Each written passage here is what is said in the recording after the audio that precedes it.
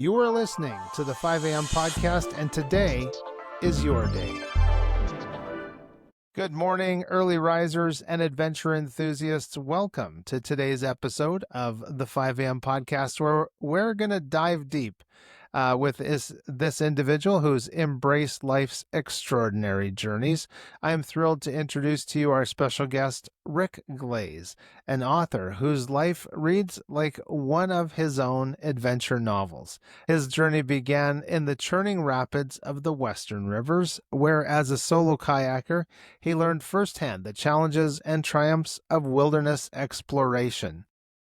These experiences did indeed inspire his debut novel, The Purple River.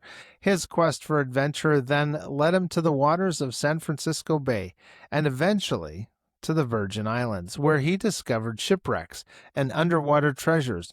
Rick embodies his own motto: I write adventure books about people like you in places you've been or want to go.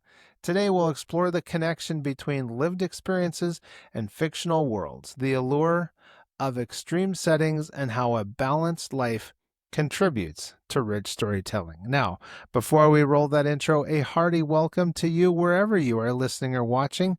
You are welcome here, and we thank you for joining us. Please consider sharing this with 3 of your friends. I know many are going to enjoy this conversation. And of course, a big thanks to those who've given us a 5-star review on your favorite podcast player. And got to thank those who ventured over to buymeacoffee.com/5am podcast and bought us a few of those delicious virtual cups of coffee this week and last. We do appreciate all levels of support. Rick Glaze, welcome to the 5am podcast. Thank you, Michael. It's a pleasure to be here with you. Yeah, I'm excited to talk about your adventures and your life and your books. We've had this interview teed up for a little while, so I was so glad that we could coordinate our schedules. Now, kayaking, I know I love being on the water. I love sailing and water skiing, and for a short time, I was able to be a member of the Auxiliary Coast Guard out in on the west coast of Canada on Vancouver Island. So I've being on the sea is in my DNA for sure. Is that kind of what attracted you to the kayaking? Was a lifetime of water sports? Well, in a way it was. I grew up in Tennessee, and Tennessee is renowned for having some of the most rivers in the United States. It's because its landscape is hilly, and we get a lot of rain. So it was just normal when I was growing up for us to jump in a canoe and head down the river. And we didn't have to have any skill level or any know what we were doing. We just jumped in for the adventure. So when a buddy of mine started calling when I lived out in California, he said, "Let's go down the American River." I said, "Well, okay." And then let's go down the Umpqua, the North Umpqua River in Oregon. Okay. So I took off and learned kayaking on the fly, and it was an adventure and a lot of fun. Wow. So as you were growing up and maybe even in your adult life on the kayak, did you ever think back to maybe the Sugar Creek Gang or Huck Finn and those guys that rafted down the rivers? Well, I did. I've always liked story and Yes. reading stories, and I could tell a few here and there. Uh, we were busy at that time growing families and growing businesses, and just getting away on the river was exciting and freeing. And of course, I love to be outside, and that was exciting. So that was probably more recreational inspiration for me. Right. Oh, that's great. And I know for me, I'll just throw this in there. It's free, but I sure loved those adventure stories of children, and it's great that there's still those adventure stories that have a few more pages in the book, and we can bring that wellspring of life, but also that lived experience of business. And your first book, The Purple River. How tell me first how that one came about. Well, uh, I was kayaking with a buddy of mine, and would call, as I said before, and go down different rivers. And one time we went down the Salmon River in Idaho, and it's not a little one, it's a big one. And it's got a lot of very significant tributaries that add to it. And so I was headed down that river as a 3-day trip. And at the same time, I was taking writing classes at Stanford University in their creative writing program, in their night program, because I work for a living. Yes. And I started thinking, well, I'd like to write more than just a short story, which is what they were teaching. And I said, I wanted to write a novel. And I thought, well, I feel comfortable with dialogue characters. I feel comfortable in inventing characters, and I feel comfortable in creating setting. What I don't feel comfortable with is plot. How do you get a whole story from start to finish? And I got this bright idea that we were going down the river, and we started at the top, and when we got to the bottom, I would start my book at the top of the river, and when we got to the Okay. bottom, I'd finish it by then. And that way I solved my plot issue. And that's what I did, and wrote The Purple River, about really my trip down that. Yeah. Wow. That's fascinating. Those wild spaces are just so refreshing and great to be in. And that's one of the things my wife and I like to do is get out into the wilderness where the cell phones don't receive any signals. And we went to this spot last weekend that was fairly close to where we are, but we hadn't been there before. And the surprises that we came across and the vistas that we had never seen before. That's a common thing we say when we're adventuring somewhere. Well, we've never seen this before.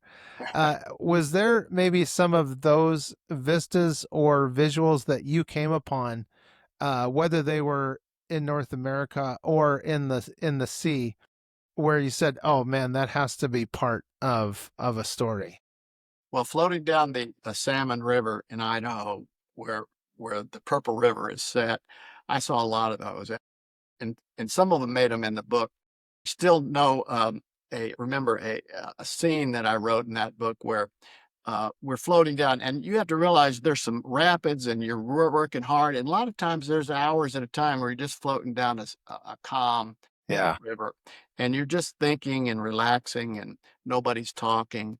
And I looked up, and there was an eagle, and the eagle was lighting on the very top of the tallest tree on the bank, obviously Wow. where he had his Yeah. her nest, I assume.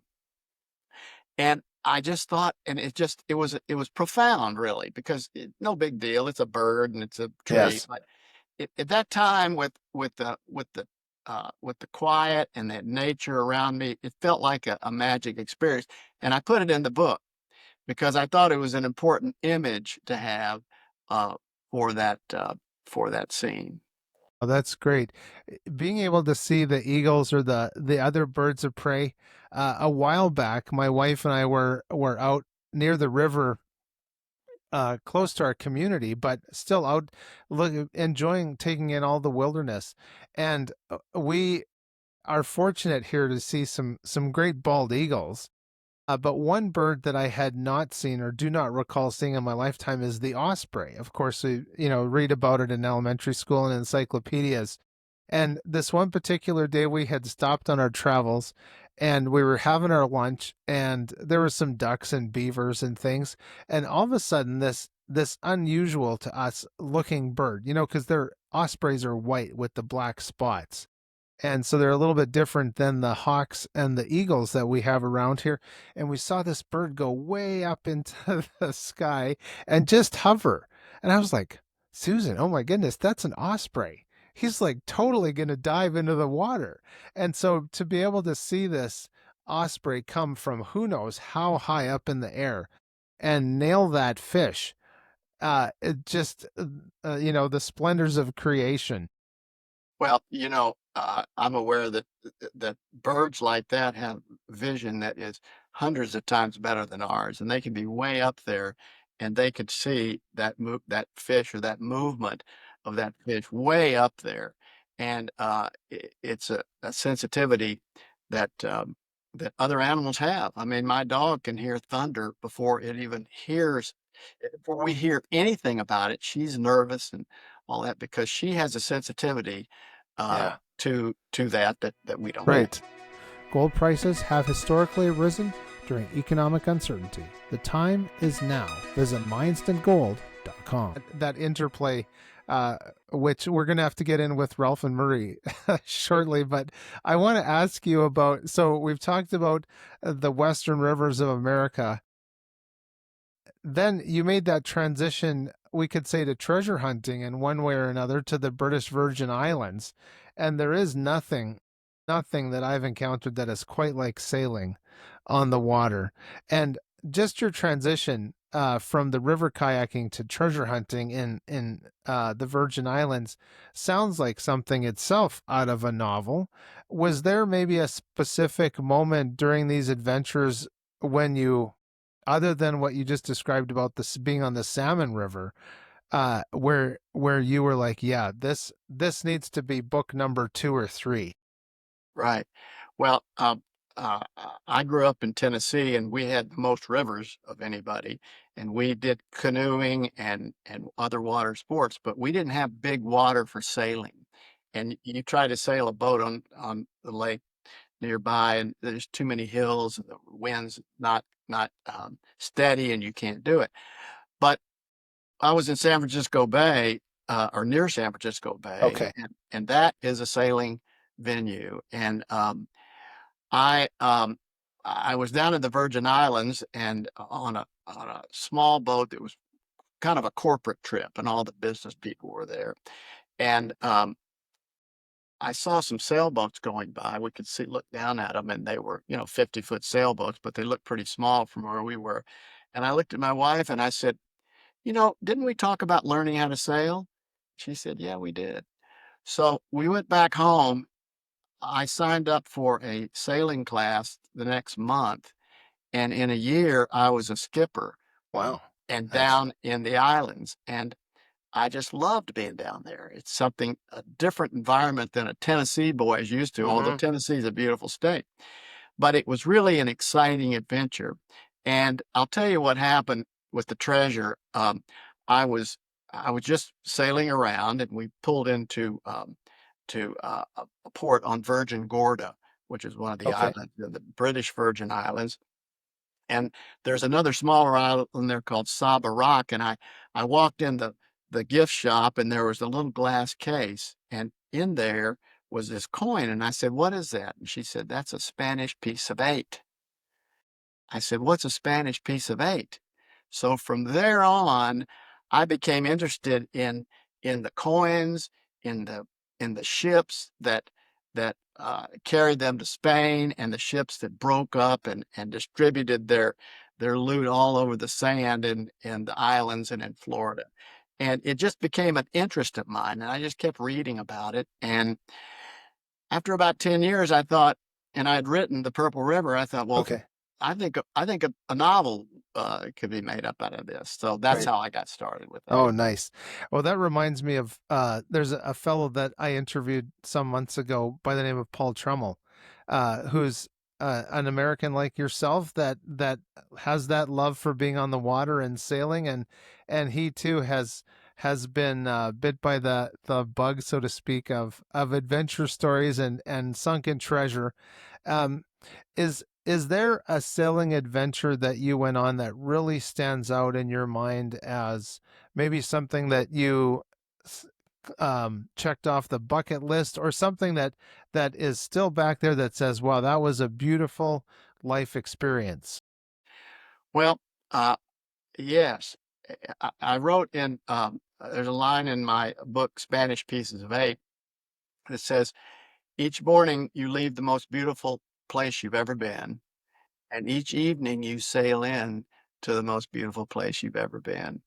And so that's how I describe the ports around the Virgin Islands, which I've sailed the most.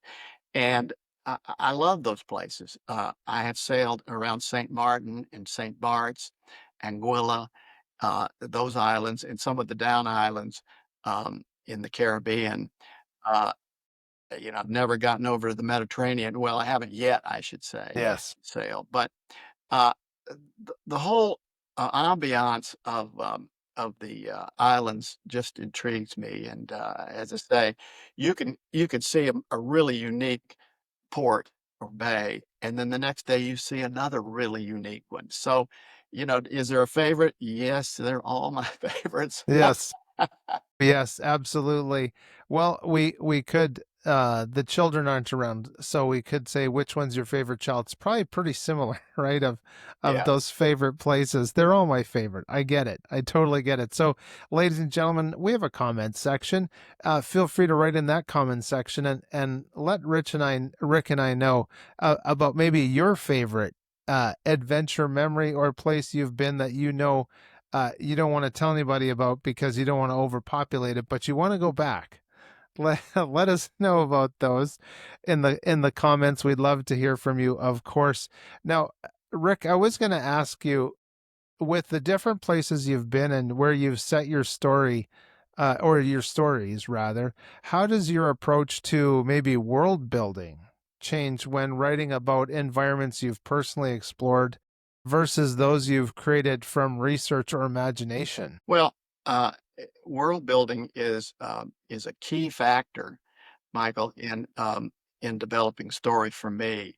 Uh, Part of the big thrill of it is to build that world and to create it and populate it with the characters that you make up in your story, and that's the real fun part of it. I tell people, they say, "Well, do you plot these out? Do you know where the story's going?" A little bit, but a lot of times the characters start talking, and I think I fairly adapted dialogue, and they start talking, and then he says something, and then she says something that she needed to say, but it didn't fit with the plot I had in mind, so the plot changes with their dialogue, and for me, you can't have more fun than that. Right. That is way fun. You go, "Okay, I guess we're going this way," and that's because you don't do it when you have flat characters that they say what you want them to say. My characters, I think, say what they need to say because Yeah. they're people. Yeah, right. And so to those that are maybe starting out writing fiction, or it's been said everyone has a story in them to write. So for those people out there who they have an inkling they want to write something and they want to share a story with humanity, would you have a piece of advice for them?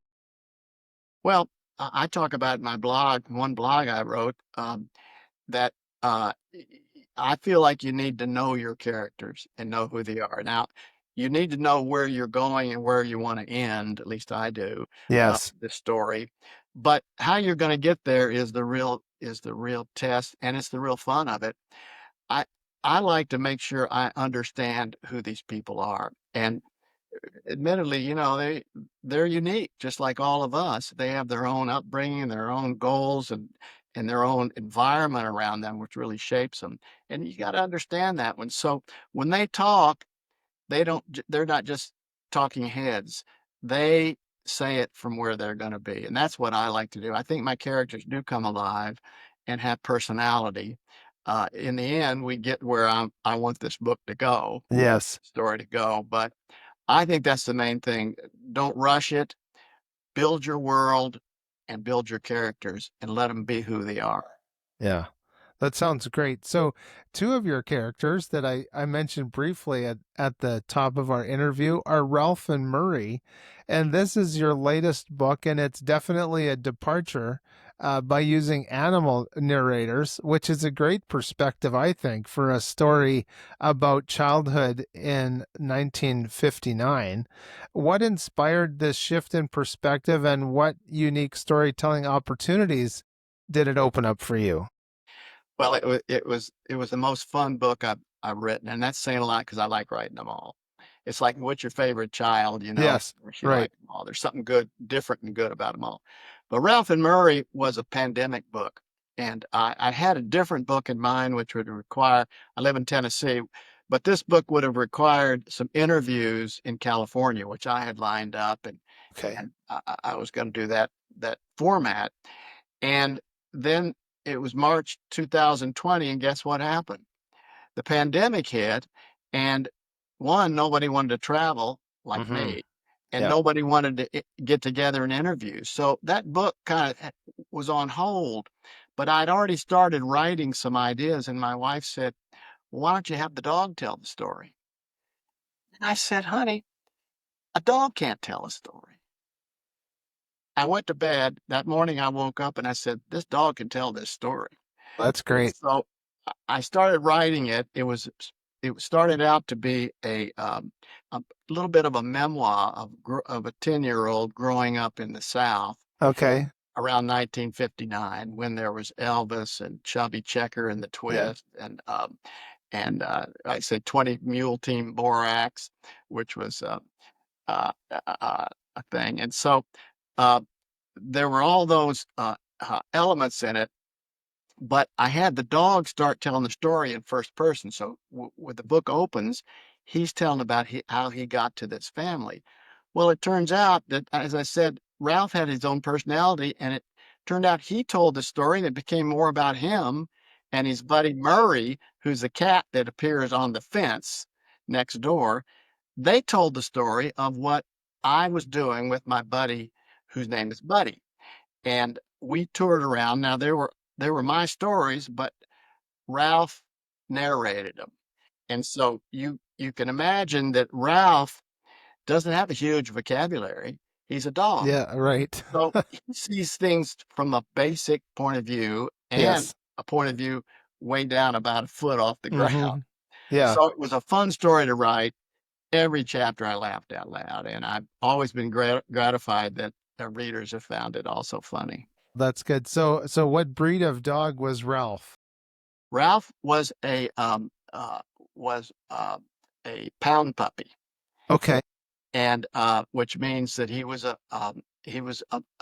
mutt, got from the pound, and but uh, he was a specific look. He looked a little bit like a beagle and a little bit Okay. like a corgi, and a little bit bigger than those. But what I do, here's the secret. I'll tell you, Michael. When I'm Yes. writing a character, I will typically get a picture of what I think that character would look like. And I put it up on the bulletin board. And when I'm writing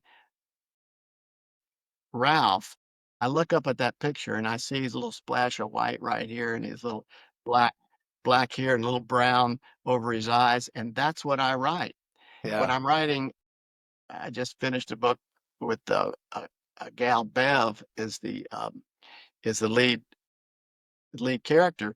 And I saw it on the internet, some woman, and I said, I want Beth to look like that. Well, I Yeah. don't know who she was or is, but I put her on the Right. bulletin board, and that's how I discovered how she looked. And is that the Eight Pieces of Eight book? It is. And tell us a little bit about this one, because this one sounds really intriguing. Well, thank you. This is my latest. It just was published a little over a month ago. This is book two in the Treasure Hunt series. So Okay. Spanish Pieces of Eight takes place in the Virgin Islands mostly, and it's about the colonial coins that were produced by the Spanish during the colonial period. This book is Bev, who's the main character. Uh, she is the granddaughter of the main character in Spanish Pieces of Eight. She was going off on a whole different tangent in life, going to Wall Street. A catastrophe happened. She made her way down, guess what, to Tennessee. And she had a cousin here. And guess what they found out? There is a whole uh, box full of gold and silver coins that is hidden in the limestone cave systems in the Tennessee region. And there is a magic map that leads to it. Well, that's exciting. And that's the premise behind this book. Nice. Again, it's book two in the Treasure Hunt series, but Okay. it's a fun story. Well, that's good. So getting back to Ralph the Pupperoo, uh, what's your target audience for the Ralph and Murray? Well, that's a real interesting question because when I wrote it, I was trying to write humor for Okay. adults. Yeah. tongue-in-cheek humor, and he said this, but she said this, and Yeah. I thought that's why I always laughing out loud is for me. It turns out when I was published, I found out that 10-year-olds like it as much as 80-year-olds. That's great. One reader told me, she said, I can't get it out of my grandmother's hands, and I can't get it out of my daughter's hands. It's 10 and 80. That's good. So I think I hate to say this, but I think it's simple enough that it delivers a message of the humor and the excitement of 1959 to both groups. Well, that's great. I know I've got my little pupperoo right here, Bailey Benjamin Buttons. When we got him 14 years ago, my wife wanted to call him Bailey. I was like, that's not. He doesn't have enough names. He needs more names. This character, this little buddy, is gonna be like, Wonder Dog. So we came up with Bailey Benjamin Buttons, and he has certainly lived up to that moniker, much like I'm sure Ralph and Murray did. Yes. Yeah, that's good. So we're getting close to wrapping up, and certainly would love to chat more with you, but how can people get in touch with you? Well, the best way to do it is go to my website, and that's rickglaze.com. Of course, Yes. www.rickglaze.com. Everybody knows that. There is a way to email me. It's ricksbooks@rickglaze.com, but you can find that on the website. Also, if you'd like to look into purchasing any of the books, you can click on that website into Amazon or other booksellers. Three of my books are audio. All of them are digital and paperback. Nice. So the rickglaze.com is the best way to go. Nice. Now, speaking of your website, on your website, you mention I write adventure books about people like you in places you've been or want to go. How do you make extreme adventures accessible to readers, maybe who've never been in a kayak or been diving for sunken treasure? Well, that's the fun part of it.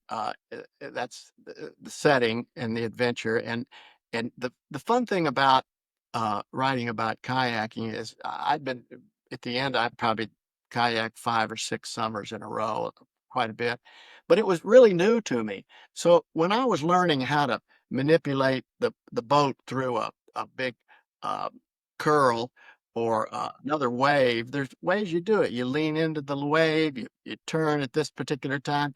It was all brand new. And so what I got to do is just write it brand new, like you had never been there because I hadn't been there before. So I was able to do that. And the funny thing about it was sailing, it was the same thing. I said I was a Tennessean. We didn't sail big boats, but out in California and the Virgin Islands, we did. And so I learned each thing about how to pull the ropes. And the ropes aren't called ropes; they're sheets. And there's a mast and different things on these boats. So I was able to really say that to the reader as a newbie. And I think it comes across, and I love describing nature and things that go on, like I mentioned, the eagle. That's just one example. So uh, readers have said that they feel like they're on the river, in the Purple River, sailing on that boat uh, in the uh, in the Caribbean. Well, that's great. So, looking at your published novels, do you see a common philosophical thread that maybe connects them, despite their different settings and different characters? Um, well, that's a big question. I'm not sure. I'm in a place where I've summarized everything. I've started Gotcha. a new novel right now, and it's an adventure. Ralph is in it. Good. But I think that uh, outdoor is a big issue, is a Hmm. big part of what I write. And I know that there's some really great writers and really great Southern writers. And a lot of women will write a great novel about sitting in the kitchen. Uh, eh, that doesn't work for me as a writer. I want to be out there doing it, Yes. feeling it, seeing it. Yeah. And if you're an outdoor person or you're a reader who'd like to feel like they're outdoors and feel the wind in your face and the salt spray on face, Yes. then I think you'd like my style of books. Well, that's great. Yeah, there's not, well, there's probably things better, but thinking of getting that salt spray in your face and just breathing in that wonderful salty air of being out on the water or the seashore, my goodness, I don't know if there's a lot of things that top that in my book. It's fantastic. Yes. So one other question then before we wrap up. Um, this whole human nature and this spirit of adventure on the weekend, well, I'm recording this on a holiday Monday here in Canada, but a few days ago I was out on my motorcycle and I went through the rain, I went through the sunshine, I went through the wind, and there was fields and the wheat and the barley and oats are coming up all around me and the smells are there. Can you talk a little bit about um, you capturing that essence of the sea spray or the maybe a dangerous moment on a river in a kayak of the five senses just giving you this information to put on the page? Um, well, the Purple River on the kayaks, there's quite a bit of that in there because they face a flash flood. They face snake attack, excuse me, but they face a flash flood that is really important to all of their lives. And so that wall of water comes through, and of course, when a wall of water comes through, it's got boulders this size and logs that coming through, and it's really, really dangerous. And I didn't experience that directly. I one of the guides we had on that river, I talked to him about it later. I said, you know, I made up the part about that big wall of water coming through. And he said, yeah, that's because you didn't see it the next year. It did it exactly like that. And I thought, wow. So uh, those are big, exciting moments. I think I make a real effort to grasp those and maybe relate it like it would Yeah. feel if you were there. Yeah, that's wonderful. It's great to have that opportunity to share those experiences in your books and also to draw that reader in. And so much better than a video game. If you can't have the reality of it, I think of some drives down into Montana, watching the fly fishermen's and just participating in the outdoors is just such a marvelous thing. It is. Two of my Yes. readers told me that they read Spanish Pieces of Eight, and then they went and got a tour and had somebody tour them on every different port they visited, Oh, because at each of these ports there's a clue to the treasure. Uh, okay. and they followed my book. I mean, how flattering is that? That's great. That's great. And well, what else can I say, ladies and gentlemen? I mean, there you have it. What a conversation. Like the book is an actual life experience and treasure map in itself. And the treasure, ladies and gentlemen, is a life well lived. Am I right? Yes. That's well stated. Yes, amen to that. So I'd like to remind our listeners that Rick has a great website. It's rickglaze.com. Head over, tootle around as you do on the interwebs and just enjoy what Rick has to offer at rickglaze.com. He's also got a Substack, so you can check that out too. Rick, a sincere and hearty thank you for being with me today and sharing your insights. Well, Michael, it's my total pleasure to be with you today, and I appreciate being on. Thanks. And now my reading list has gotten longer. I've got some books right over there that I need to finish because I got to do some online reviews for some friends of mine that have been on the show. And now there's more. It's a good thing we don't have cable TV because we need the time to read, ladies and gentlemen. Oh, Get thank the you. Piece of Eight series. There are two of them. You're gonna love them. Good. They're gonna be. I love it. It's wonderful, and I'm so glad that we can put pen to paper and shared experiences. So, Rick, thank you so much. And to our viewers, too, we appreciate you joining in this conversation and listening. And as I often say, it's like Rick and I were just in a diner. We had a little bit of coffee, maybe some pancakes and eggs and bacon. And as you do when you're in a diner, you eavesdrop on the people behind you. I mean, it just happens. So thank you so much, ladies and gentlemen, for being here. Thank you for sharing this with three of your friends. And I do want to thank those that have done the like, subscribe, and share, and of course, those 5-star reviews. And I would be remiss if I didn't mention the buymeacoffee.com/5am podcast. We have a few things going on over there and more to come. So we appreciate your participation in what we're doing here at 5am podcast. So until next time, thank you so much for being here. Make sure to seize your day and enjoy those sunrises and those sunsets and the adventures in between.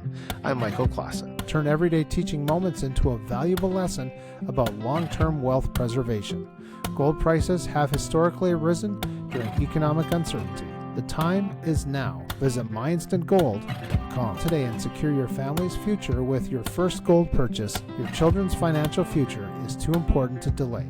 Start their golden future at mindinstantgold.com.